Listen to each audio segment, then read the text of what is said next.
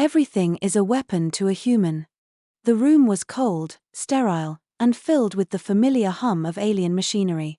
Commander Zalan, leader of the Krellis task force, surveyed the human prisoner bound to the chair in the center. Around the room, his officers, skilled veterans of countless campaigns, watched with quiet intensity. This was no ordinary interrogation. The being sitting in the center, quiet and seemingly relaxed, was a human. Zalan had heard stories, of course. Everyone had. Stories of how these strange creatures, hailing from a planet they themselves called a death world, had risen far too quickly on the galactic stage. They were weaker than most species physically, and their technology, while adequate, was nothing particularly remarkable by galactic standards. And yet, they had a reputation that spread like wildfire. It was said humans had an unnatural adaptability. They turned mundane objects into tools of destruction, they survived in conditions that would kill most species, and, more troublingly, they fought with an unpredictability that no battle simulation could prepare for. Zalan had dismissed most of these stories as exaggerations, a result of overblown, fearful myths. But now, sitting across from him, was living proof. The prisoner looked around calmly, his dark eyes flicking over the alien instruments and his bindings, but his face betrayed no fear. Zalan moved closer, his tall, armored frame towering over the seated human. He expected some sign of anxiety, some recognition of the hopelessness of the situation, but the man just met his gaze, unblinking. "Human," Zalan began, his voice deep and metallic through his translator unit. "Do you understand your situation?" The human shrugged, his muscles shifting slightly under his uniform. "Yeah, I get it. You caught me. You want answers. You're probably going to try and make me give them. Standard procedure, right?" Zalan's eyes narrowed. "We have ways of extracting the information we need. Your cooperation will make this far easier." For a moment, the human said nothing. Then, with a slow grin, he leaned back as much as his restraints would allow. "You think this is going to go the way you planned, huh? Is there any reason it shouldn't?" Zalan responded, genuinely curious about the human's confidence. "You are disarmed, restrained, and alone. There is no escape for you here." The human's grin only widened. "See, that's the thing.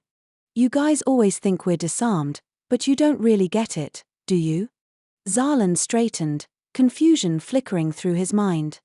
He exchanged a glance with his second-in-command, Lieutenant Garak, who was equally perplexed. "Explain," Zalan demanded. The human chuckled softly. "You think you've taken my weapons. You think because I don't have a gun, a blade, or some fancy piece of tech that I'm harmless. But the truth is..." He paused, leaning forward slightly, his eyes glittering with something almost predatory. "Everything is a weapon to a human." Zalan crossed his arms, unimpressed. "Empty bravado. You are helpless. There is nothing in this room that can save you." The human's eyes flicked to the far side of the room, settling on a tray of tools the Krellis used for both medical and tactical purposes. He raised an eyebrow. "You sure about that?" Zalan followed his gaze and then scoffed. "Those instruments are beyond your reach, and even if they weren't, they are not weapons in the hands of someone without the knowledge to use them." The human chuckled again. "Yeah, you're missing the point. It's not about what something is designed for. It's about what you can do with it."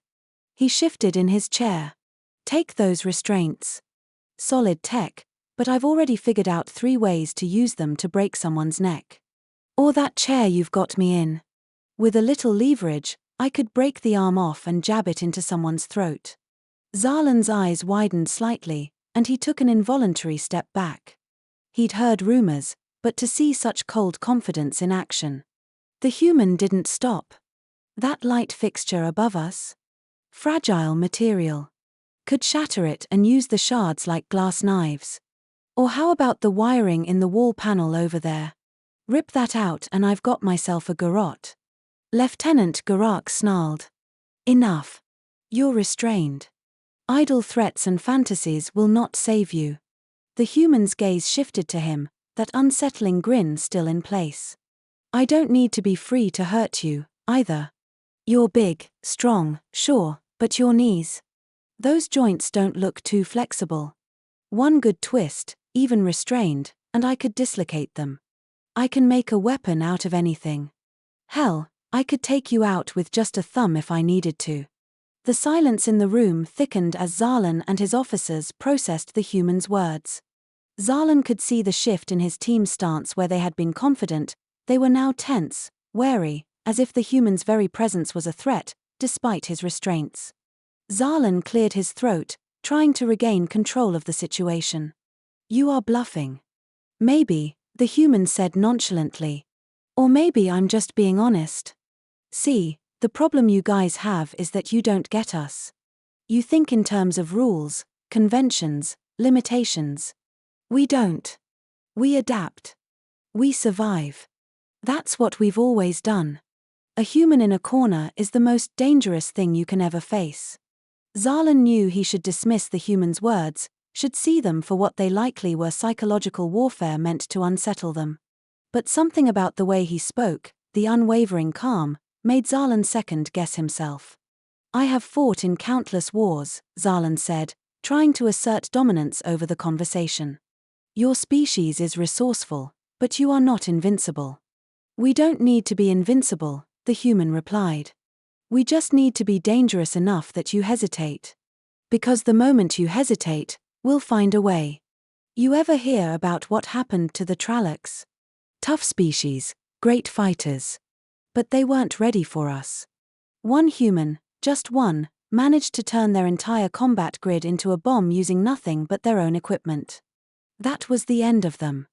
Zalan had heard whispers of such events, but they were often dismissed as propaganda or exaggerated tales meant to glorify the humans.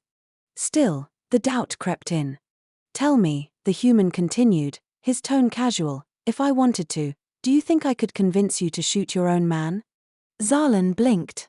Ridiculous. We are not so easily manipulated. You sure? I could probably push you into it with just a few words. Maybe convince you that your second in command is planning to betray you. Or that someone here is lying to you. All I need is a little tension, a little distrust. That's how we do it. We find the cracks and we break them open. With a weapon, with words, with anything. A silence fell over the room. Zalan's officers were shifting uncomfortably, casting wary glances at one another. It was subtle, but the human's words were beginning to work, planting seeds of uncertainty. Zalan growled, slamming his fist into the table beside him. Enough. You will not break us with your words, human. We will extract the information we need, and then you will be disposed of. The human shrugged, his grin unfazed. Maybe. Or maybe by the time this is over, you'll wish you hadn't taken me in the first place. Zalan stepped closer, looming over the human, determined to reassert control. You are powerless. The human met his gaze, his voice dropping to a near whisper. The thing is, Commander. You've already lost. Because now you're thinking about everything I just said. Now, every object in this room, every glance from your men, every sound in the hall, is going to make you wonder. Is it a weapon? Could it be used against you? Could I use it against you? Zalan felt a cold knot form in his chest as the human's words dug deeper. He wanted to deny it, to brush it off as bluster, but the tension in the air was palpable. He could sense his officers' unease, their subtle shifts in stance, their growing uncertainty. The human leaned back in his chair, his grin finally fading, replaced by a look of grim determination. Everything is a weapon to a human, Commander. And right now, you're in a room full of them. For the first time in his long military career, Commander Zalan felt a creeping sense of fear he couldn't fully explain. Because deep down, he knew that this human, restrained and unarmed, was the most dangerous opponent he had ever faced.